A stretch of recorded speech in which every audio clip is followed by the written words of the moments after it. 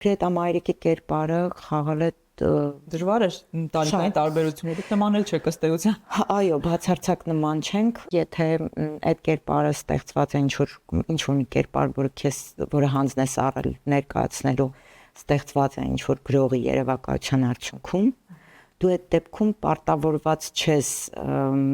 այսպես բառացի կրկնել կամ անել այն ինչ գրողը գրում է, մենք այդտեղ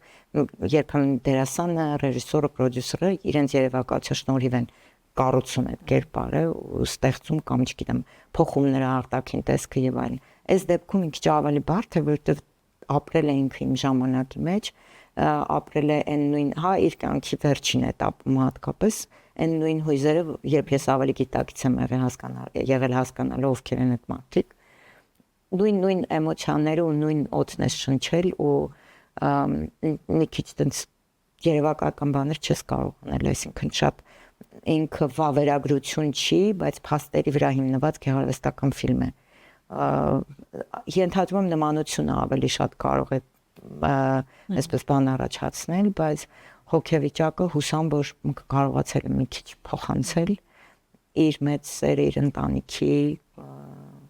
առանձին բազգենի, նաև հանդեպ իր մյուս երեխաների եւ մեծ սերը հայրենիքի հանդեպ, որը ի վերջո դարձավ իրեն Գրետա Մայրիկը կնքելը։